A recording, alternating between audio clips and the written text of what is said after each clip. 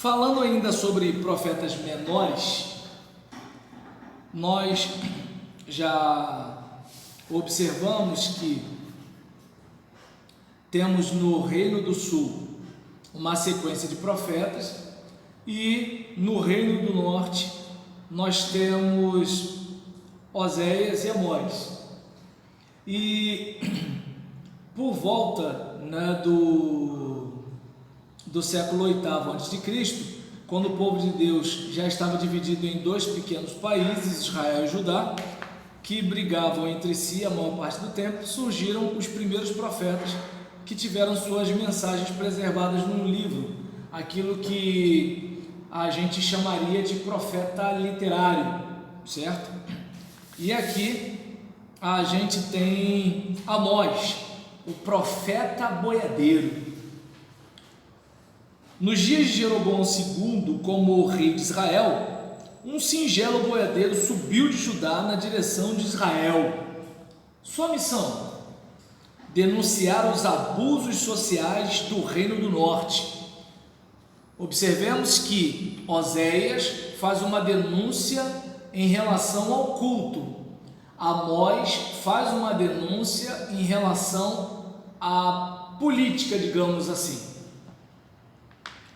E aqui nós reparamos que esse era Amós, natural de Tecoa, um pequeno vilarejo que ficava a cerca de 20 quilômetros distante de Jerusalém. Então, é algo quase como...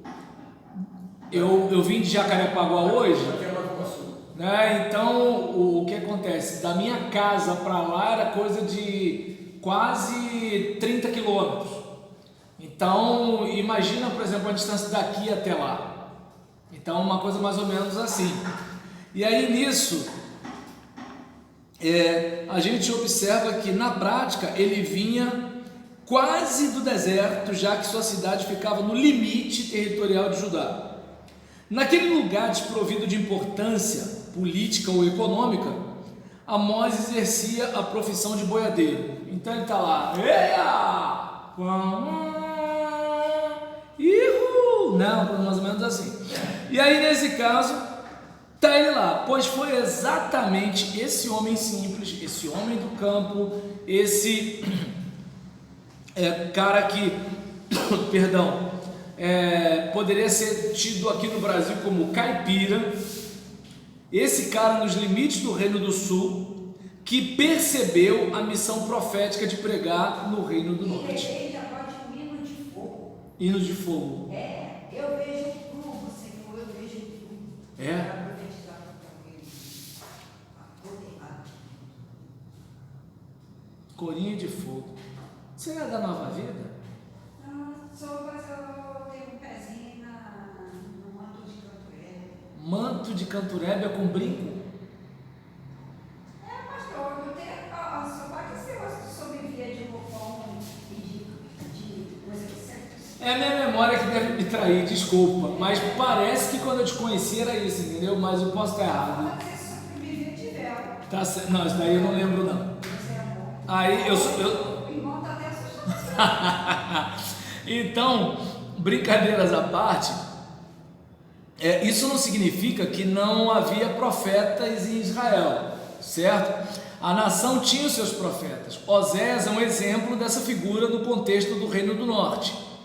É bom lembrar que Oséias era do Reino do Norte, profetizava no Reino do Norte, ponto. Entretanto, em alguns momentos, a mensagem que vem de fora pode surtir um efeito maior do que a que vem de dentro de nossas fronteiras. A gente sabe, inclusive, quando vem pregador de fora na igreja da gente, né? O cara às vezes fala a mesma coisa. Aí a pessoa, eu nunca ouvi uma mensagem assim. Dá vontade de matar, né, rapaz? Imagina, tu prega todo dia para aquela gente, aí o camarada fala assim, eu nunca. Se tem um negócio que me mata de constrangimento é quando alguém fala desse jeito comigo do lado do pastor, que eu não sei para onde olhar, gente. Não vai pedir autógrafo na Bíblia, já aconteceu isso. Não, graças a Deus ninguém nunca me pediu autógrafo na Bíblia, não. Aí nesse caso, a respeito disso. Então, de repente, a saída dele do sul para o norte surtiu um efeito maior. Se Israel não ouvia seus profetas, talvez ouvisse um estrangeiro. Em termos históricos, aquele era um período de prosperidade econômica em Israel, sob o governo de Jeroboão II. Sua teologia se concentra, então, na crítica de que toda a riqueza estava concentrada na mão de poucas pessoas. Ih, parece o que isso aí, hein? Toda a riqueza concentrada na mão de poucas pessoas. E aí, nesse caso, todos juntos vamos pra frente, Brasil. Rapaz. E aí, nesse caso, eu lembro de Tim Maia Black. Então vamos lá. Não sabe quem foi Tim Maia. Então, nesse caso, a sua teologia se concentra então na crítica de que toda a riqueza estava concentrada nas mãos de poucas pessoas. A tranquilidade econômica estava presente, mas não era compartilhada. Então o país era próspero, mas muita gente com muito, né? Pouca gente com muito e muita gente com pouco. E o rico cada vez fica mais rico, cada vez fica mais pobre. E o motivo todo mundo já conhece, é que o de cima sobe e o de baixo desce. Então, nesse caso, voltando para cá, a gente observa, né, que assim, daí procede sua denúncia dos abusos sociais. Hoje em dia muita gente fala assim, porque cristão não pode falar de política. Depende. Cristão defender candidato, cristão defender político, cristão defender partido, eu não recomendo. Por quê?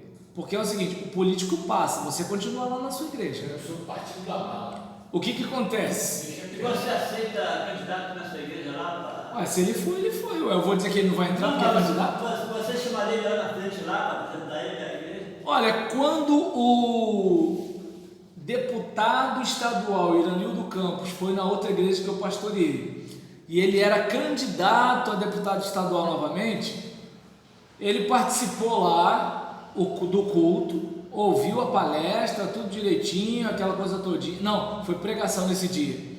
Terminou o culto, aí eu chamei para ele lá na frente para a gente orar por ele e pronto, acabou. Não foi nada para ele falar nada, entendeu? Não sei se de repente alguém acha que seria errado orar por um deputado estadual, entendeu? Eu não cheguei, pedi para ele sentar no púlpito lá na frente, entende? Não pedi para ele dar uma saudação para a igreja, só pedi para ele vir aqui à frente para receber uma oração. Então, isso eu fiz. Aí, nesse caso, agora voltando ao que eu queria dizer aqui, às vezes você corre o risco de promover um político, defender um partido e depois como é que você fica? Entende? Aí você às vezes é obrigado a acreditar no que você fala só para você não ficar mal. Isso se ele seguir o que ele prometeu, chegar lá é corrompido. Sim, por isso que a gente tem que ter cuidado na hora de botar o nome de Deus na coisa. Por exemplo, eu defendo a candidatura de Carla Alves para vereadora no município do Rio de Janeiro. Eu defendo.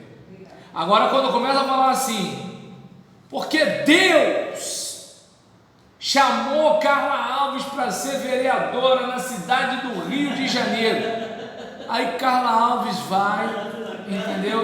Acordo daqui. Aí, acordo daqui, acordo de lá, entende? Desfilando de Camaro amarelo em Jardim América, tá dando para entender? Aí o que acontece? Aí o pessoal na minha igreja, porque aí ela já não vai aparecer mais no culto. Aí o pessoal na minha igreja, ei, pastor Aberlan, e a vereadora Carla Alves? Rapaz, mó treva, né? Mas o pastor disse pra gente aqui que ela era de Deus e que se a gente votasse nela, a gente estaria a serviço do Senhor pelo bem da cidade do Rio de Janeiro. Eita! Não, mas é que Deu para entender? Então essa parte é complicada. Agora, por exemplo, vamos lá. Você está, né, num país em que o texto constitucional diz uma coisa e a Suprema Corte consegue, mesmo com o texto dizendo uma coisa, a Suprema Corte diz que aquilo que está sendo dito é outra coisa. Pô, e aí você, por exemplo, vai criticar isso, pronto, o mundo começa a cair na sua cabeça. Pô, é esquisito. Deu para entender? Ou então, de repente, você chega, né, e vai para esse caso agora do vereador Gabriel Monteiro, quando ele vai aos hospitais.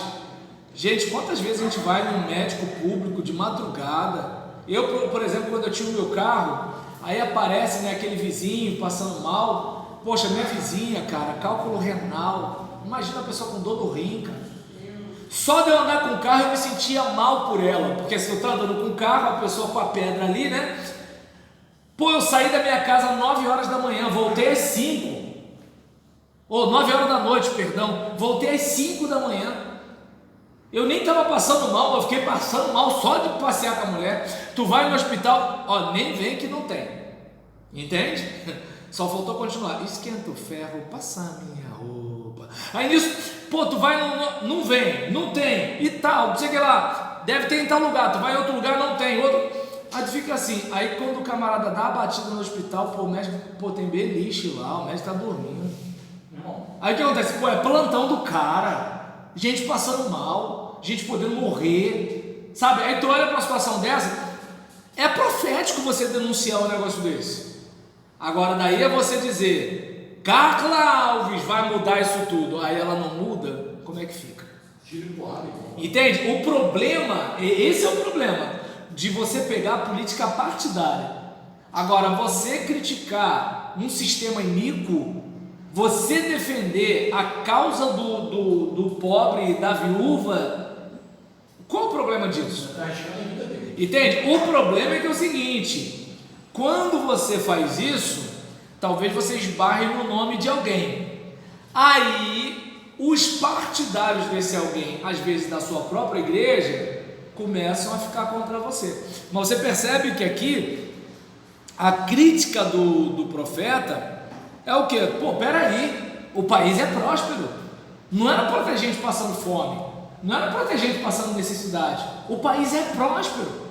Tudo bem, não é que todo mundo vai desfilar de carrão, não é que todo mundo vai ter mansão, mas passar fome num país próspero é aquele caso assim, pô, legal, Marco fez por onde, Fernando fez por onde, Carla fez por onde, eu fiz por onde, mas tem alguém passando fome, e detalhe, a pessoa está trabalhando, só que é o seguinte, o que ela ganha, não, é, assim, o texto diz salário mínimo, mas não é um salário, pode ser até mínimo, salário não é, meu Deus do céu, aquele salário não serve para a necessidade básica da pessoa.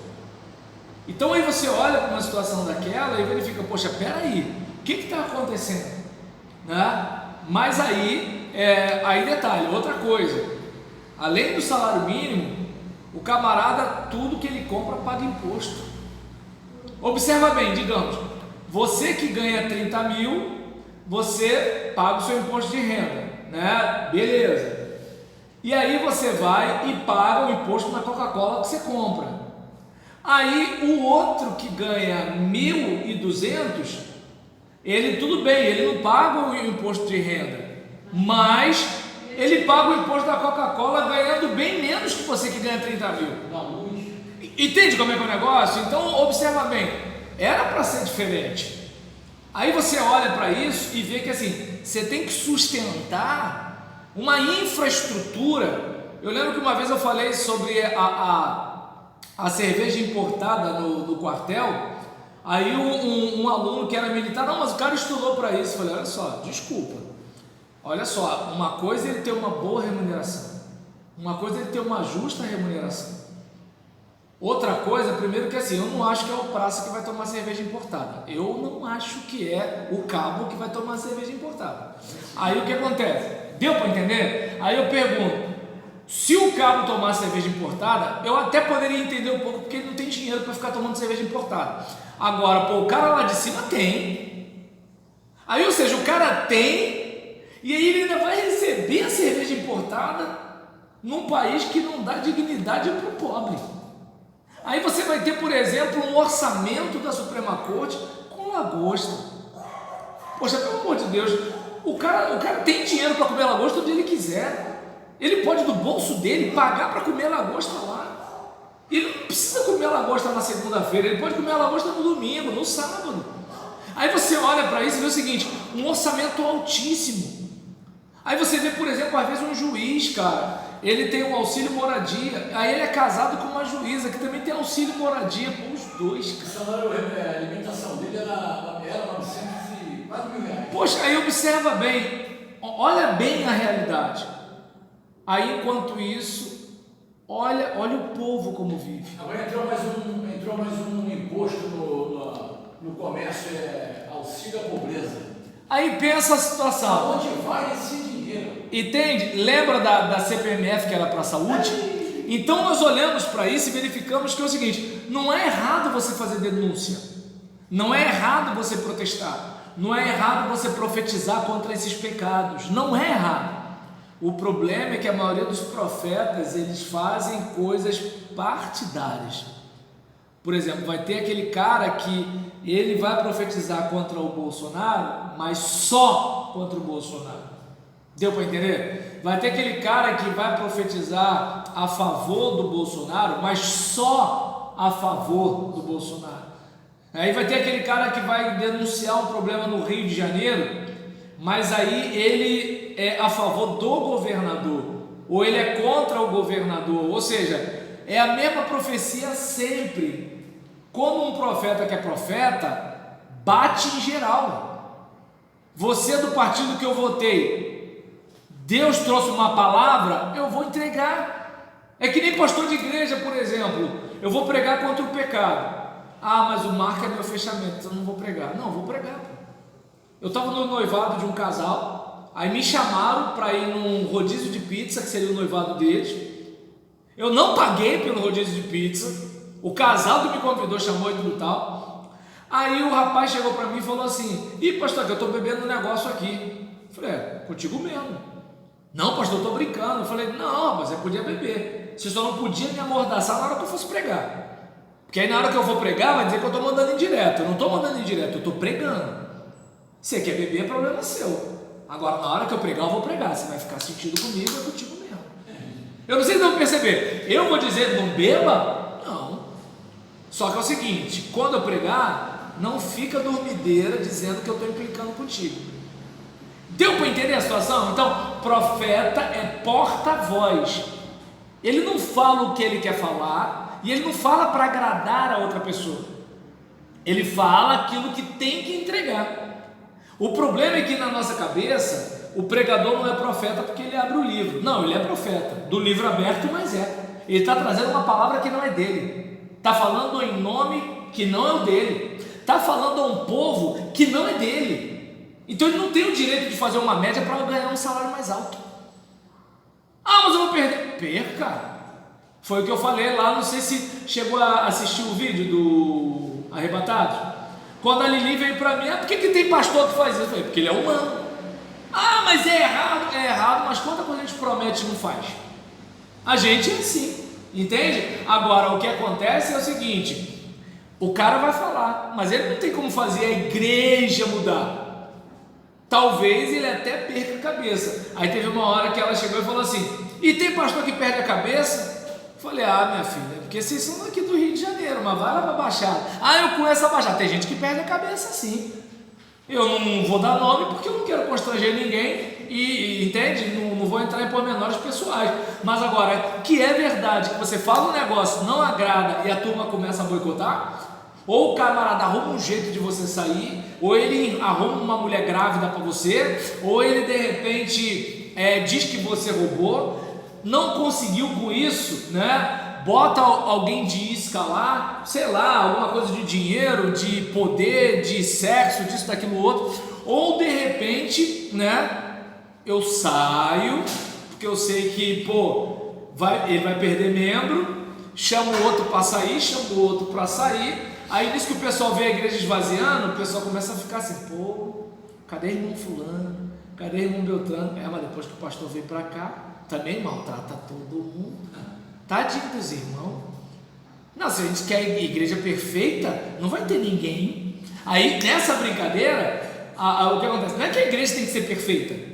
Só que é o seguinte, cara, olha só, eu estou no erro, você pregou contra o erro, você não pregou contra mim, você pregou contra o erro.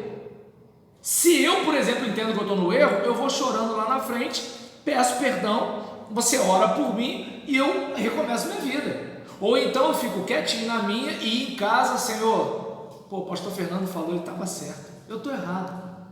Me ajuda, eu não quero mais passar por isso. Eu me sinto mal quando ele prega, porque ele prega e aquilo me machuca por dentro. Até quem sabe. Tá dando para entender? Ou seja, olha a diferença do tipo assim, não fui com a cara desse pastor, ele é muito metido a bom. Aí você percebe que fica essas coisas.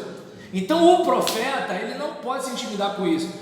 Se perder a cabeça, foi o que eu falei, é ganhar a coroa, que a gente perde a cabeça. Aí foi onde ela me provocou, é assim, e alguém perde a cabeça, pastor? Claro que perde, tem um monte aí. E muitos negociam o caráter, por quê? Porque não quer perder. Fernando, por incrível que pareça, olha eu falando de dinheiro de novo, eu cheguei e falei assim, imagina, o cara tem um plano de saúde da mãe idosa, ele sabe que ele vai arrumar um problema contigo, e você vai fazer um esquema político na igreja, e pastor, diminuir as entradas, não tem como a gente pagar o plano de saúde. Ou seja, o pastor entendeu o recado. Por que estava tudo bem e só ficou ruim quando ele escreveu? Entende como é o negócio? Aí o pastor faz o quê? Quer saber? Deixa o Marco quieto. Ele se sente mal? Se sente, mas ele está precisando defender a mãe dele. Mas ele não devia. Você também prometeu que ia ler a Bíblia toda e não leu. Estou dizendo que é a mesma coisa? Não, só estou dizendo que é o seguinte, somos humanos e temos a falibilidade. E ser corajoso, gente, não é uma coisa fácil. Se fosse, todo mundo seria corajoso. Se nem todo mundo é corajoso, é por quê? Porque fazer as coisas com medo, fazer as coisas com temor, fazer as coisas sob ameaça, não é fácil, certo? Então, o profeta, ele é esse cara. Ele tem uma boa palavra, ele poderia usar de retórica para fazer a igreja dele encher. Só que é o seguinte, ele sabe que ele não pode fazer isso. Alguns vão fazer? Vão. Só profetiza a bênção, só profetiza barra de chocolate, só profetiza carro zero, só profetiza mansão. Tá. Mas uma hora o dono da igreja vai falar, devolva a minha igreja. Eu espero que ele nunca fale isso para mim. Entende? Porque o modo que ele vai fazer para pegar a igreja de volta, eu não sei qual. Então eu prefiro que ele não faça isso. Entende? É mais ou menos por aí. E aí Amós é desse cara, certo? Então ele denuncia os abusos sociais. Possivelmente foi com grande tristeza que ele, de sua cidadezinha, poucos anos depois, ouviu falar do cumprimento de sua mensagem na destruição completa de Samaria e Israel pela Assíria em 721. É aquela mensagem do tipo, vai dar ruim, a fatura vai chegar. Eu lembro alguns anos atrás, não sei se vocês lembram, que tinha uma promoção na loja de Santini, na época do cheque predatado, o cheque para 100 dias. Eu só comprava calçado na de Santini com cheque para 100 dias. Só que é o seguinte, o 100º dia sempre chega. Entende? Eu vou passar agora para daqui a 100 dias. Passa 30, 60, 90, daqui a pouco vai bater o cheque. E aí é esse que às vezes a gente não se liga. Por exemplo, eu quando peco, o que vem sempre à minha mente foi uma semente lançada. E eu já começo a orar desde já, Senhor, me perdoa, me purifica, me ajuda, porque eu sei que isso tem desdobramento. Pode não ter desdobramento aos olhos do Fernando, mas tem desdobramento. Pode não ter desdobramento aos olhos da minha igreja, mas tem desdobramento. Pode não ter desdobramento aos olhos da minha família, mas tem desdobramento. porque o pecado não fica sem consequência. E aí essa é a função do profeta. Ai, ai, ai. O chinelo vai cantar, ou a chinela vai cantar, mas aí é com cada um, certo? No caso de Amós, ele viu a desgraça acontecer. Pode fechar?